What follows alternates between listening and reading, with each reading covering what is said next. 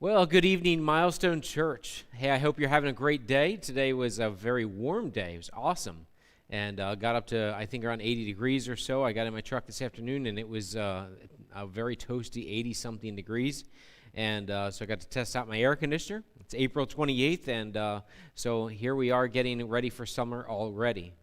So I hope that you're doing all right and having a great week so far. I want to talk about some different things that I think are really good to just think about and stop and kind of allow to marinate in our head.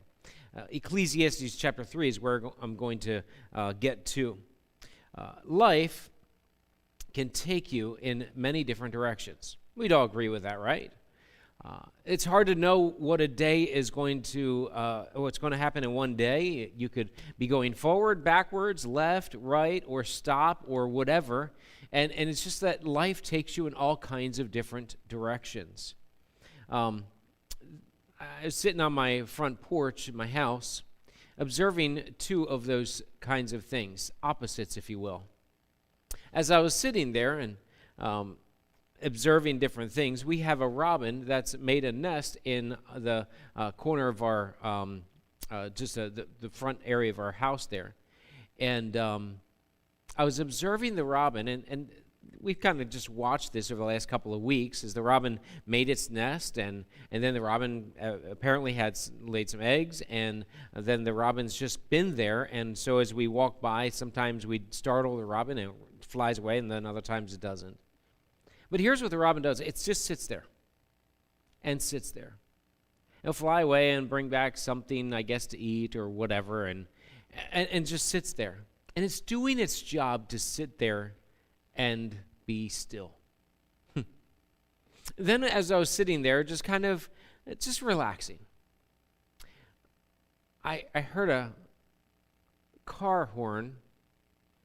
And I saw this car fly by and pass this other car.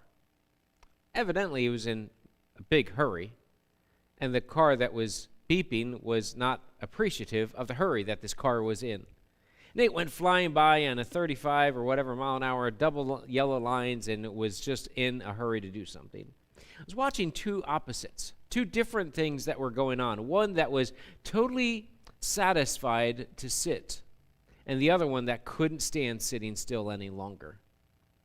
And I think in our lives, we've experienced both as well, where there are times where we're just like, I can't stand sitting any longer, just get out of my way. And then other times where we're like, no, I know the best thing for me is to sit this one out, or to sit here. Ecclesiastes chapter 3, in verse 11, it says this: God has made everything beautiful in its time. God makes things beautiful. Do you realize that the projection of how God is doing things is that God is making things beautiful?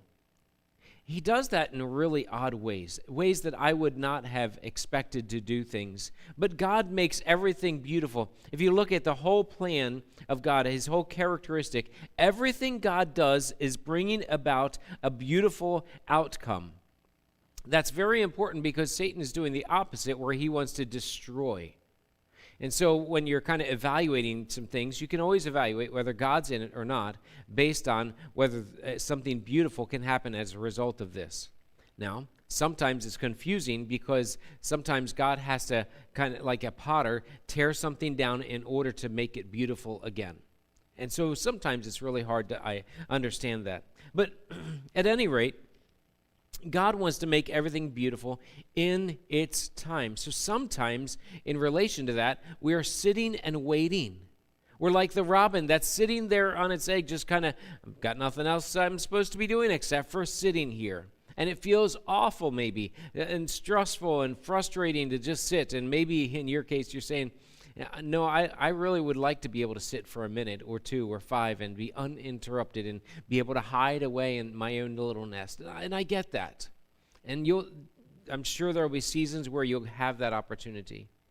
But then there are times where we have to get moving and doing some different things. But regardless, here's what happens.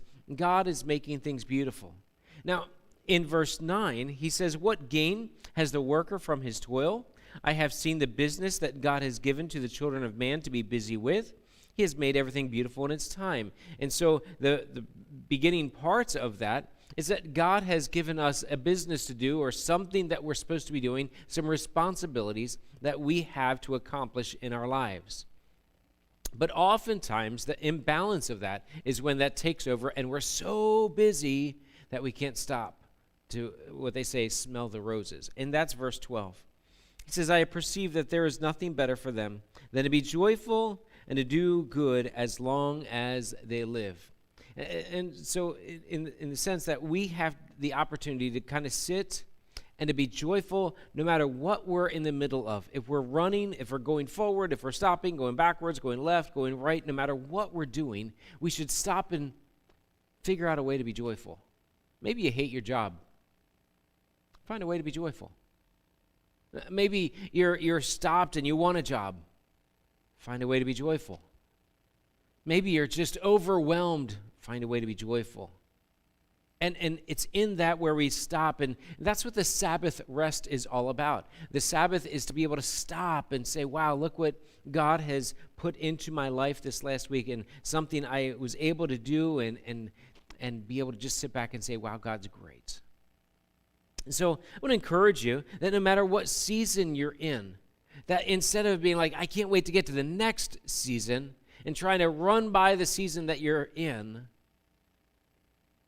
enjoy whatever season you're in. As you do that, you will be way more gracious toward others. You'll be way more loving toward others. And you'll see God do something beautiful as he's doing it in you. And so, church, think about those things in the season that you're in and find the beauty that God is making in you.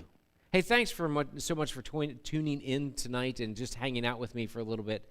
I'd encourage you to read through Ecclesiastes chapter 3 and apply these things to your life as you look at what God is doing right now, because he is in the process of making something beautiful in your life and in those around you. Hey, have a great rest of the week. Hope to see you on Sunday. Take care. Thanks.